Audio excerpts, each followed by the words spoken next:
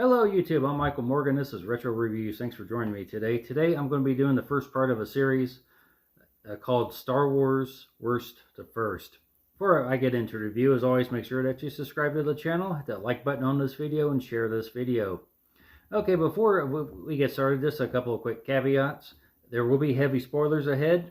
If you haven't watched a particular movie on the list, I encourage you to skip ahead to the next part of the video.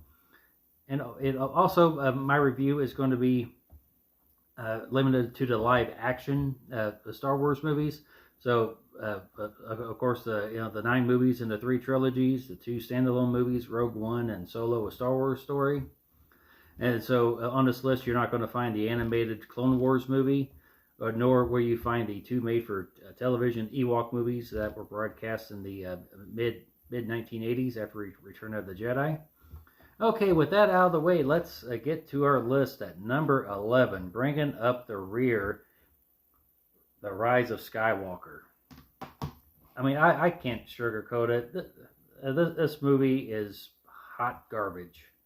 With this movie, of course, there was a lot going against it during the production. Of course, you had to spike the football on the ending of the sequel trilogy. This movie had to overcome the backlash from The Last Jedi, which I'll get into here in a few moments.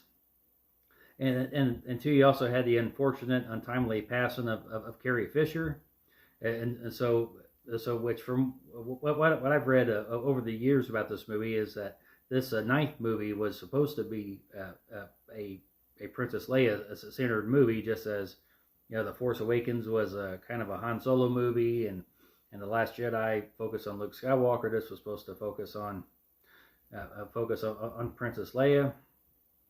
But however, they had to use some deleted scenes and footage from the previous 2 movies with Carrie Fisher, and they had the characters say new dialogue around her dialogue, which just comes off as it looks just kind of a hacky. This comes across very awkward on the screen. And but the one thing that this movie did right, it did bring back Billy Dee Williams as Lando Calrissian. I kind of wish they would have brought him back sooner in the trilogy. But just overall, this movie doesn't really give you time, to catch your breath, because you have Kylo Ren. He starts off the movie on a scavenger hunt, and then Rey, Finn, and Poe, they're on this scavenger hunt, looking for these particular artifacts. And of course, it is revealed that that Palpatine, that Emperor Palpatine has returned from the dead, which really just undoes Anakin Skywalker / Darth Vader's character arc from the original trilogy, where at the end of Return of the Jedi, Darth Vader turned back into Anakin Skywalker, and he threw the Emperor down the shaft of the second Death Star, and the second Death Star blew up. But however, it is revealed that the Palpatine was behind it all. He was behind Snoke and in the First Order, and of course, it's some, this is an actual line in the movie. Somehow Palpatine returned, and there's not a clear definition in the movie as to how and why Palpatine returned. And then also along the lines of Palpatine, it is revealed that Rey is the granddaughter of Emperor Palpatine. And then of course, there's the big there's the big showdown at the end of the movie between Rey and her grandpa. And just at this point, this is one of the cringiest lines of dialogue in a Star Wars movie, where Palpatine, Emperor Palpatine, says that he is all of the Sith, and then Rey counters with, "I am all of the Jedi." This is like, it just sounds like something little kids would say to each to each other, and also they ride horses on spaceships, and two, instead of having a Death Star in this one, every one of the Star Destroyers has a Death Star cannon attached to it, and of course, they have the a couple of fake out scenes in here with some of the legacy characters. Of course, you have the the fake out moment where it appears that Rey had accidentally killed Chewbacca, but no, but wait, he was on another spaceship. Chewbacca's okay, and then of course you have the moment of that C-3PO was, his mind was going to be wiped and he was going to forget everything in order to decode the Sith artifact. And of course, that was a fake out too, because of course R2D2 has a C-3PO's backup stored in his system. So as I said, overall, this was just a terrible way to close out such an epic saga. And that's number 11. Number 10 is its predecessor, The Last Jedi. Now, to me, the main part about this movie was that is how it's just subverted expectations so much. All of the mystery boxes that J.J. Abrams had set out, with the Force Awakens, for example, how did Maz Kanata get a hold of Luke's lightsaber from The Empire Strikes Back? How does Rey fit? How does Rey fit into all of this? And just everything else, Rian Johnson just basically said, I'm not going to do that. We're going to go in this direction. So to me, it just really subverted expectations. Especially if you remember the end of The Force Awakens, when Rey finally tracks down Luke and he's standing on top of the hill. She has his lightsaber extended to him, and then you see Luke is just staring off. But however, you knew that you're in for something different when the movie picks up where that scene leaves off. Luke takes the lightsaber and he just tosses it over the side. It just really underscores such a dramatic moment from the ending of The Force Awakens, and also, it's revealed that Rey is a nobody. In this in The Last Jedi, it's that she was nobody. Her parents just dropped her off.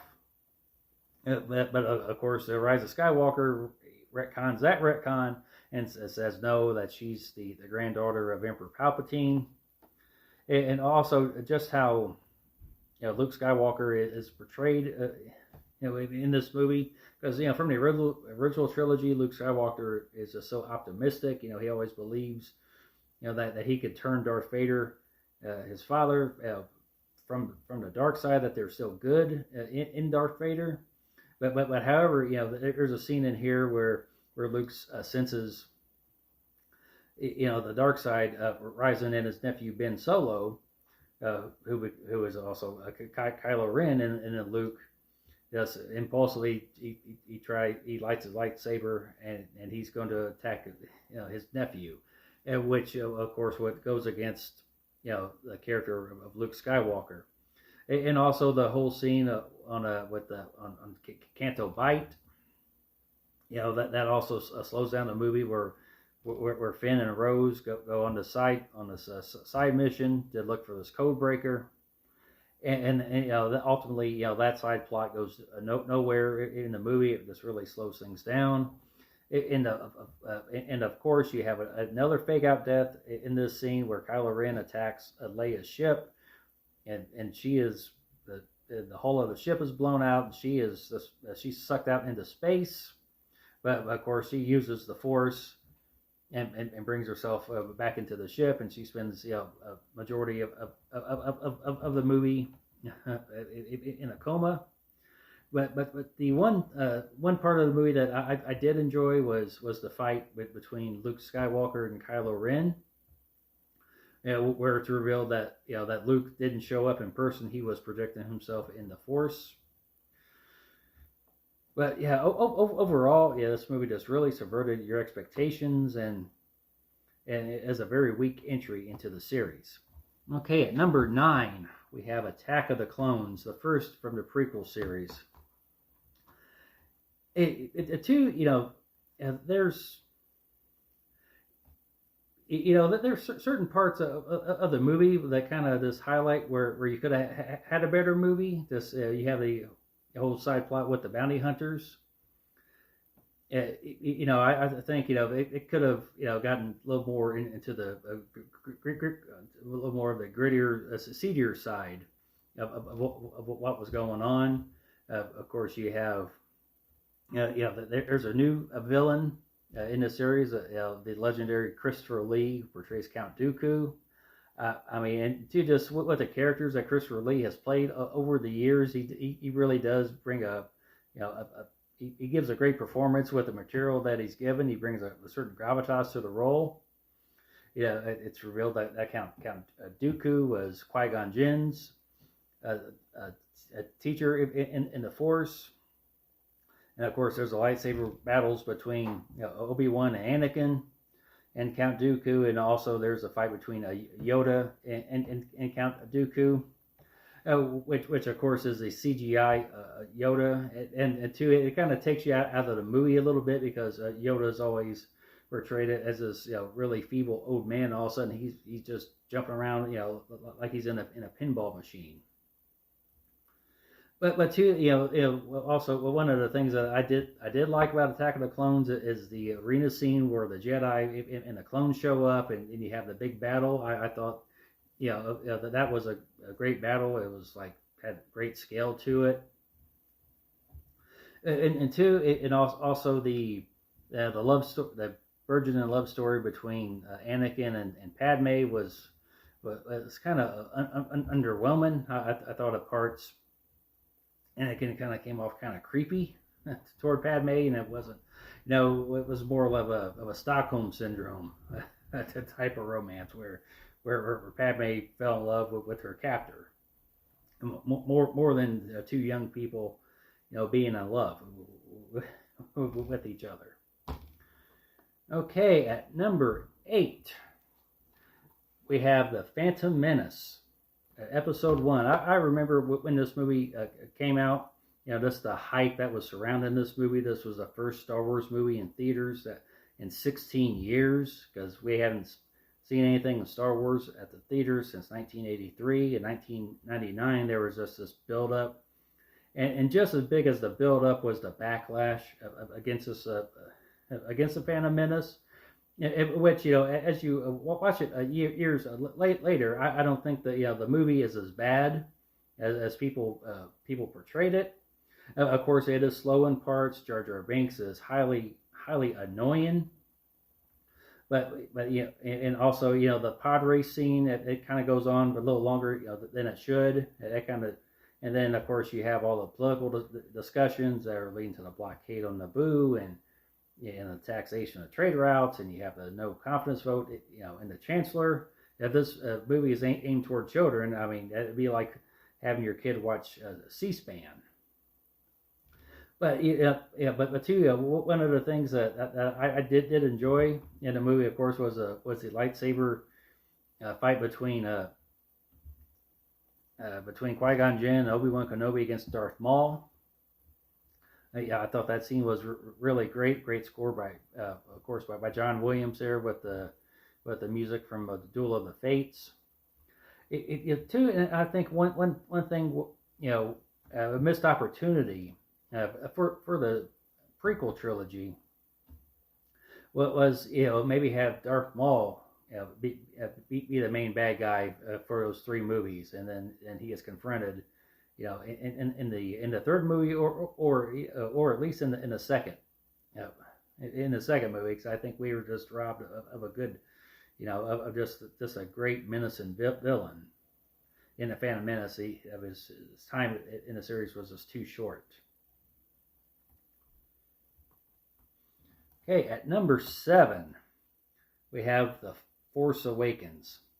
Of course, there was a great build up to this movie as well, because you had the surprise purchase of of Disney buying Lucasfilm for $4 billion, that George Lucas was giving up Star Wars to somebody else, which a lot of people, including myself, we didn't think that that would ever happen, because I mean that is George Lucas's baby, and of course being Episode 7, it was sold, that the original gang's getting back together. They managed to bring back Harrison Ford as Han Solo, Carrie Fisher, Princess Leia, and of course Mark Hamill as Luke Skywalker. But this movie makes the egregious sin of not putting the three main characters together, not even in a flashback scene. How can you bring back the three iconic characters from the original trilogy and not have at least one scene with all three of them together? Overall, I mean, this movie has in a lot of ways, it is just a remake of A New Hope, or a rehash of A New Hope, if you prefer. Of course, the movie starts off, you have a droid with some important information, that has to get, has to get somewhere else, and then you have someone on a desert planet who gets involved in the fight, and she develops a closeness with an older mentor. In this case, it's Han Solo. Of course, you have the conflict between Kylo Ren and and Han Solo on the bridge, and Rey witnesses Han Solo being killed by his son, just the same as Luke witnessed Darth Vader killing Obi-Wan. And of course, there's a cantina scene, and just overall, and to this, in the way that it ended, as I mentioned, with the Last Jedi, something else that the Force Awakens had set up that kind of was underwhelming overall was the appearance of Supreme Leader Snoke. It's just this large 50-foot tall projection, but we get no information about who he is, or how exactly he came to manipulate Ben Solo into going to the dark side of the Force. And of course, in The Last Jedi, going back to that for a moment, Snoke is killed off in the movie. And so, I mean, so that was something that really didn't go anywhere, didn't add anything to the story of the trilogy. And of course, the most underwhelming character in the movie was Captain Phasma, which I remember that was featured heavily in the marketing. Oh, a chrome stormtrooper, and it ended up just being kind of the Boba Fett of the sequel trilogy. It looked kind of cool, but didn't really have a lot going on for it. And of course, of course, in the original Star Wars, you had the Death Star, Return of the Jedi, you had the second Death Star. This one here, the entire planet is a Death Star. You have Star Killer Base. Of course, there's a trench run with the fighters going against it. They blow up the planet. But just overall, I mean, this movie was, I would say it might qualify to be good. I mean, I don't think it was horrible, but it just really hit on those nostalgia points with Star Wars. Yeah, the two, and just the little side quest that Luke Skywalker is missing, but R2-D2 has a map to him. Yeah, so overall, I mean, that's the best of the sequel trilogy, of which I know it's not saying a whole lot, but there's so much potential as to where this started, as to where it ended up with Rise of Skywalker. Okay, at number 6, we have Solo: A Star Wars Story. Now, in this particular situation, this movie unfortunately got caught in the backlash of The Last Jedi. This only came out like 6 months after the Last Jedi hit theaters. So The Last Jedi was still fresh, in the minds of the fans. And then of course you have somebody else portraying one of the most beloved, iconic characters of the series with Alden Ehrenreich. I hope I said his name correctly. he was put behind the eight ball, but I think he did a good solid job as Han Solo, portraying a young Han Solo. And of course, this movie had a troubled production, as there were some issues with the original directors. They were fired. Ron Howard was brought in, a tremendous director, made a lot of great movies over the years. Of course, there were extensive extensive reshoots with this movie, but overall, this is a very solid movie.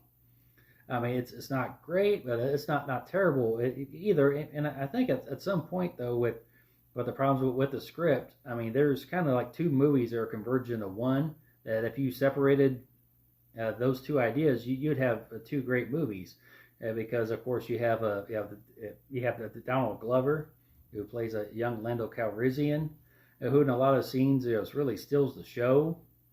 So I mean, I think maybe if they would have had a Lando origin story, I think he would have been better served. And also, part of this movie is a heist movie, as Han Solo is part of this group that has to steal this powerful element for this gangster.